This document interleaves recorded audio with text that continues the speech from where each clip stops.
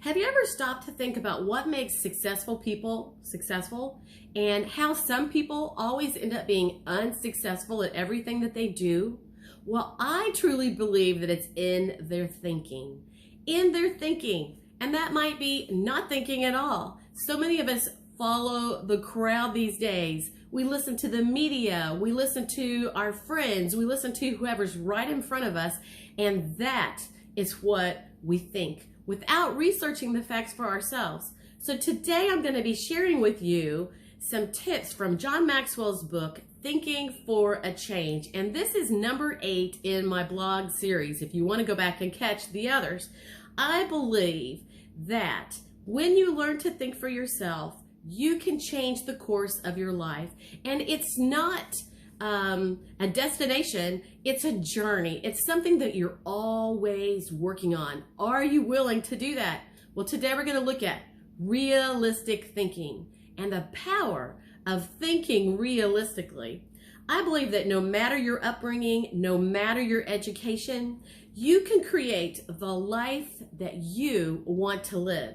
You have to consider the pros and cons of each and every decision. You have to be creative. Use your create ability. You have to take time to learn and to learn more. And you have to learn from your failures. You know, whenever we fail, we either fall down and we don't get back up, we cry that somebody else caused us to fall down and we blame someone else, or we look around, figure out how we can get up, brush ourselves off, and we move forward. And that's what we're talking about. Thinking for yourself and making the life you want to live. Maybe not the life that you've known, but the life you want to live. In the past weeks on this blog, Thinking for a Change, we've talked about a few things.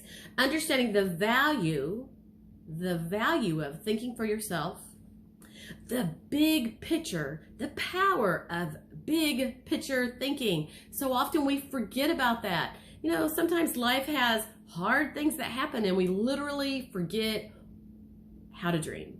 We literally forget how to dream. You know, being a creative thinker, and creative thinking is something you have to practice. To some people it comes naturally, and often we lose our creative thinking when we're a little kid, but you can regain some of your creative thinking by practicing it, taking action on it, and believing that you can. And then also on focused thinking, learning to focus on the things that we want instead of the things we don't want. That means, like, you know, think about kids, learning to focus on the behaviors that we want from our kids and giving them praise and encouragement for that, instead of focusing on the behaviors we don't want from our children.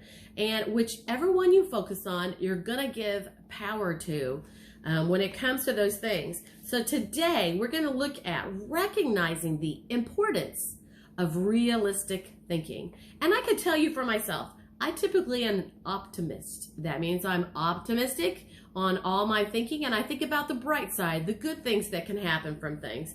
And we have to remember that realistic thinking is the difference between we wish and what is actually in front of us. So the difference is between what we wish, that's my positive thinking, and what is actually in front of us. And today I'm going to share a few ways that you can up your thinking by using these techniques. You know, because we can't please everyone, right? Some of us are people pleasers and we want to please everyone, but we cannot please everyone. All right, so we want to add some reality to the optimistic thinking by using some of these techniques. And realistic thinking provides security for people because it makes you ask the question of, well, what's the worst thing that can happen? So even if you're an optimistic person, you can ask, well, what's the worst thing can happen if we do this? And I would also turn that around for the people who always look at the worst thing that can happen and think, well, what's the best thing that can happen from this? Realistic thinking gives you credibility. Because ask the question before casting the vision. I like to use the word collaborate. So often I like to get the point of view of other people than myself. I like to take all those facts and all those opinions and then use that as a collaboration, finding the best solution. Because when people will listen to each other, they can find the best solution, because how I think is not going to be how you think, or how she thinks, or how he thinks. And when we bring all our ideas, we come up with the best solutions. So, number one, I want to develop an appreciation for truth. What is truth? You know, my truth, your truth, and the truth. And that's the old saying of, you know, this is how I see it, and then this is how you see it, and this is the truth in the matter. And that actually, I can't think of the word I want. That actually goes over to so many different things in life. Think about little kids, you know, who there's a toy and somebody has a toy and you're not looking and somebody else takes the toy and then they're both crying because they both wanted the toy. And you don't know which one, you know, which one had the toy first. Now you have to rely on the fact of whether they tell the truth, which is not usual for little kids, right? Whether they tell the truth, or you have to kind of like figure it out for yourself. So the truth matters, and one child's truth is different than another child's truth, because sometimes when kids tell stories so many times, they actually believe what they're saying. And then there is the truth of which kid actually had that toy first. So we have to consider the truth in a matter. So anytime there's anything going on, we stop and we have to think, all right, what's the truth? How do I find out the truth? I have to investigate, look around, find the truth. Have you ever had somebody tell you something or tell you a story, or they heard this on TV or they read this somewhere and you're like, oh my gosh, is that right? And you like just took it as the truth. And then weeks later, you heard that was not the truth. We have so much information out there these days that it's hard to decipher sometimes what the real truth is. But truth is the root of everything. Truth matters, and so you got to find out what the truth is. All right. So I use the idea of the 2-year-old, and you probably could figure out some adults that fall into that same category. Number 2, you want to do your homework. So this goes back to the truth. You want to do your homework, and you want to go and you want to find the facts of the matter, so that you can then think for yourself and decide upon those facts and not hearsay or what you heard. In John Maxwell his book he uses, the former governor, congressperson, and ambassador Chester Bowles said, when you approach a problem, strip yourself of preconceived opinions and prejudice. Assemble and learn the facts of the situation. Make the decision on what? The facts, right? Which seems to you to be the most honest, and then stick to it. You know, whenever you make your decision upon the facts, you don't have to wonder and you don't have to waver. You can know what is true and what is honorable. Now, I talked before about the power of our words.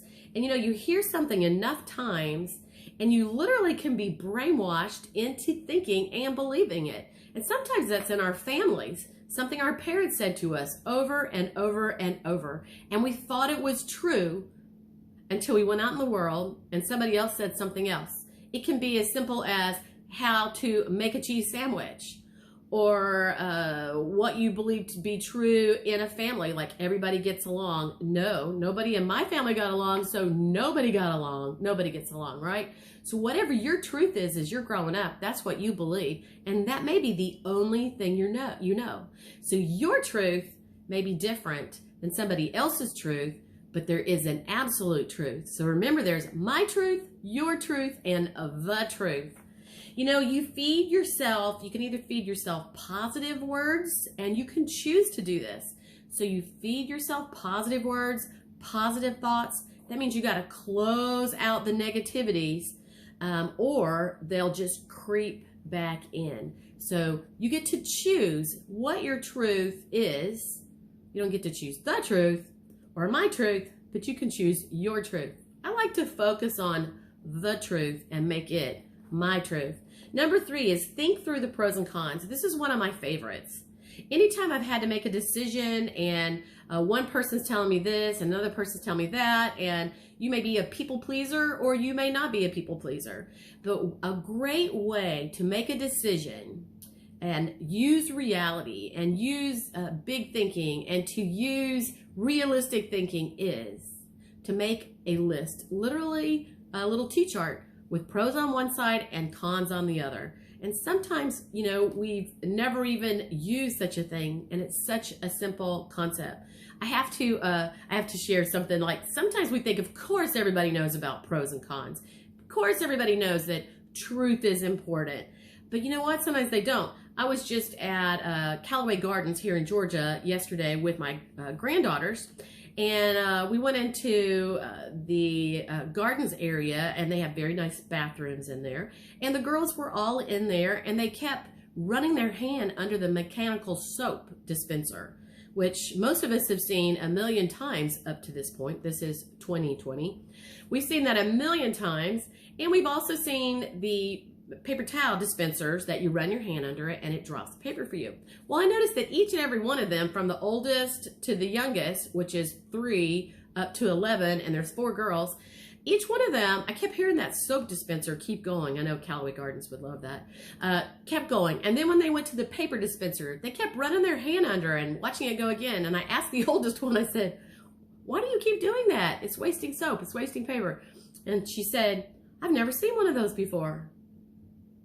I had to stop and think, whoa, you've never seen automatic dispensers like that? Well, let's think about it. They sure don't put those in the schools, right? Because the kids would stay in the bathroom watching the soap go down the drain and watching the paper towels run through and through and through. So sometimes our truth is not someone else's truth, but we have to learn to stop and think. Okay, so the pros and cons chart, let's get back to that. It's pretty easy. What are the good things that come out of this? And what are the bad things that come out of this? And you just make your list of pros and cons. And anytime you have a new creative idea or something that you think that needs to be put forth, you also should have the solutions. So instead of just saying, wow, we need to do this needs to be done, is trying to push it through, have your solutions, have your reasons, have your how and your action. What kind of action are you going to take to do that? So your pros and cons, and I tell you that works every time. Because if you have like 20 pros and 3 cons, it's an easy answer, right? But if you have 4 pros and 10 cons, then you know that your decision is questionable. And always remember to try to think about it from my truth, your truth, and the truth. There's 3 things in there, not just the one side. And then number 4, picture the worst case scenario. This is important for us optimists, because if we only look at the best side, that's not reality. Reality is seeing the best side, seeing what's the worst thing that can happen, seeing what can happen in the middle, and then making a decision upon that of what is the best decision or my best decision at this time. Because when you're wishy-washy and you're thinking yes, no, and you can't decide, or you're trying to please other people, then you're going to make a decision that is not empowered with knowledge. And then the last thing is, now let's align your thinking with your resources. Be brave and then stick to it. So align your thinking, the things that you've learned today and the things you've learned through the other blogs. Take notes on those things. Use a pros and cons list. Make your decision and have better thinking.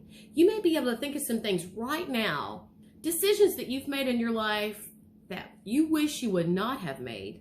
You can't change that, but you can move forward with realistic, creative, proactive, big picture thinking. Today, you can move forward tomorrow using all your thinking for change skills. My name is Connie Durham, and my business is Connie'sCleverConcepts.com, and I have some courses and some free blogs on that, so I hope you'll join me there. Thank you, and have a great day.